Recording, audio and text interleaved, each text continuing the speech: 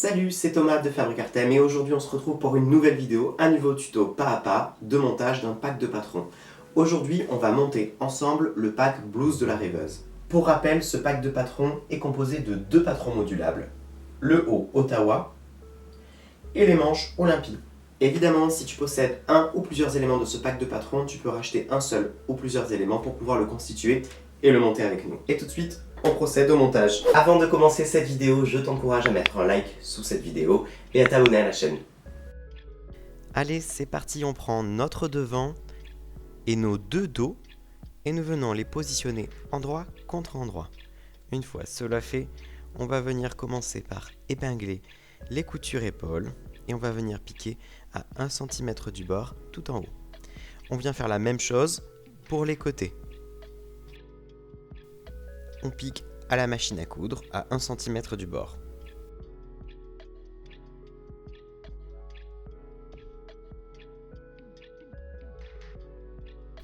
On vient maintenant prendre nos parmentures devant et nos parmentures dos.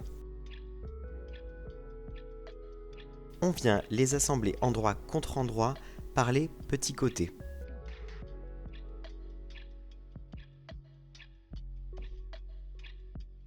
On pique à 1 cm du bord à la machine à coudre.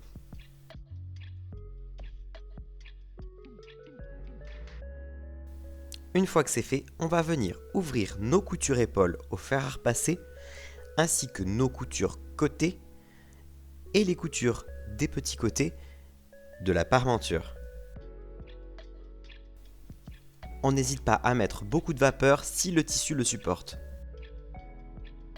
Alors, pour la prochaine étape, petite précision, il s'agit d'un hack de patron, donc c'est une customisation de notre propre patron que nous avons effectué.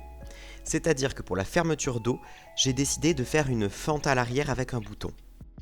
Pour cela, je viens mesurer 20 cm à partir du haut de l'encolure dans le dos. Et je viens tracer avec un petit stylo et je viens faire un cran d'au moins 1 cm de profondeur. Je viens maintenant épingler et assembler à 1 cm du bord à partir du cran jusqu'au bas du haut. Une fois que c'est fait, évidemment, je viens ouvrir ma couture au fer à repasser.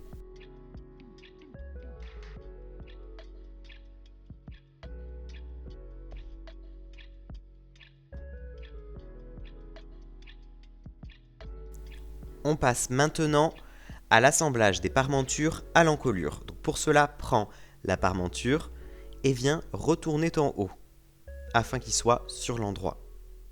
Tu vas venir du coup maintenant placer ta parmenture endroit contre endroit en faisant correspondre les coutures épaules avec les coutures épaules. Une fois tout le pourtour bien épinglé, je te laisse piquer à 1 cm du bord sur tout le pourtour.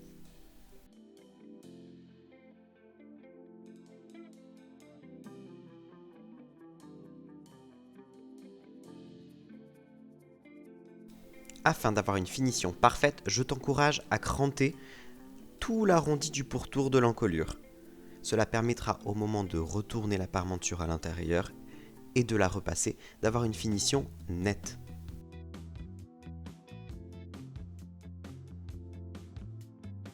On vient maintenant préformer la fente en haut du dos.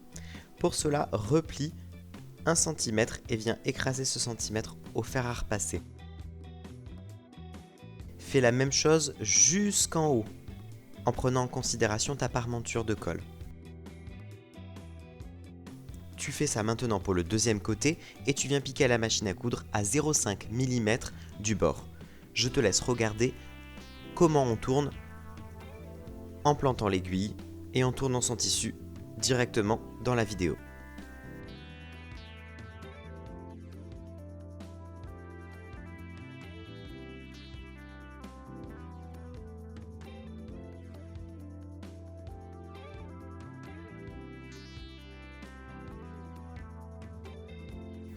Une fois la fente piquée, on va venir replier la parmenture vers l'intérieur de l'ouvrage.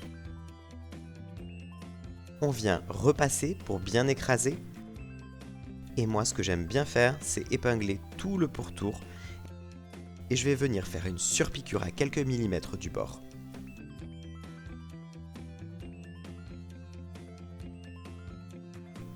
Voilà ce que ça donne mon encolure épinglée. C'est à cet endroit que je vais faire ma surpiqûre. On pique donc à la machine à coudre.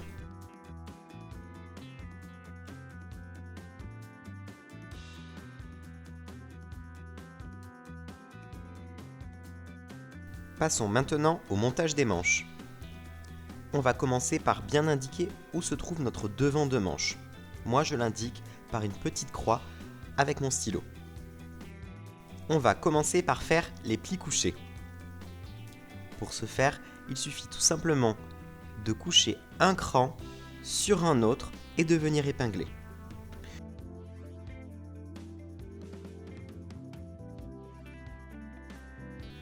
Attention, il faut bien que tous les plis couchés regardent vers le devant de manche. Une fois que vous avez préformé tous ces plis, on va venir faire une petite piqûre à 0,5 mm du bord. Cette piqûre n'est pas obligatoire, mais elle est idéale car elle permettra de préfixer les plis lors de l'assemblage de la manche avec le corps du buste. On vient plier maintenant notre manche endroit contre endroit. Et on va venir épingler tout le dessous de manche pour venir piquer évidemment à 1 cm du bord. On ouvre nos coutures au fer.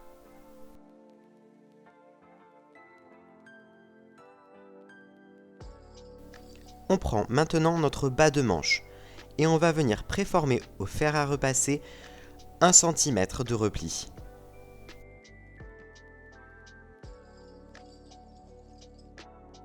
Une fois ce centimètre de repli effectué, on va venir également replier une seconde fois jusqu'au cran qui est indiqué sur le patron et si vous avez bien fait votre travail, vous l'avez reporté sur le tissu. On écrase au fer à repasser pour bien maintenir le tout. Maintenant, on va venir faire une première piqûre à quelques millimètres du bord en laissant une ouverture de 3 à 4 cm. Et ensuite, on va faire également une seconde piqûre à 1 cm de la précédente piqûre, sans laisser d'ouverture cette fois-ci. En gros, on vient créer une coulisse pour venir y insérer notre futur élastique.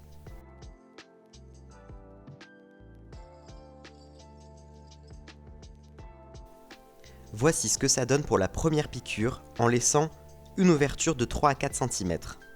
On vient du coup maintenant faire une seconde piqûre. Comme je te l'ai dit avant, on l'a fait à 1 cm de la précédente piqûre. Cette fois-ci, pense bien à ne pas laisser d'ouverture. Voilà ce que ça donne. On prend maintenant notre élastique. Notre élastique qu'on a d'ailleurs mesuré en fonction de la taille qu'on souhaite sur notre poignet. Pour cela, on a pris la mesure de notre poignet et on est venu rajouter 2 cm.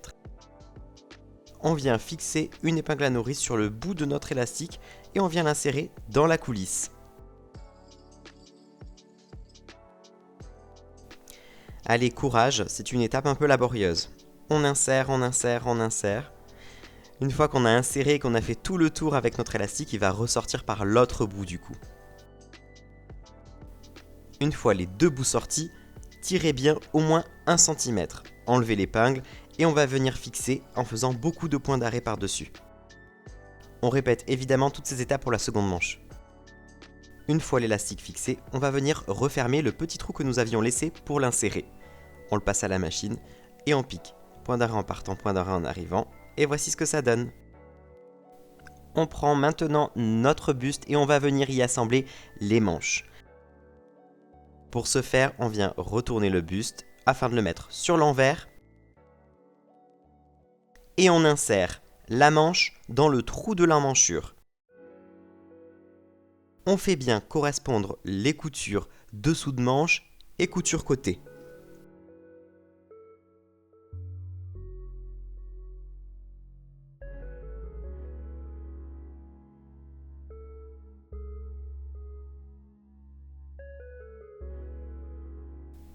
Voici ce que ça donne une fois tout le pourtour de la manchure épinglé. Il ne reste plus qu'à piquer à la machine à 1 cm du bord. Généralement, c'est toujours à cette étape que je me pique les doigts. Alors attention au tien. Allez, maintenant on va s'attaquer à l'ourlet du bas. Pour ce faire, on va faire un premier repli qu'on va préformer au fer à repasser. Une fois qu'on a fait le premier, on vient faire le second.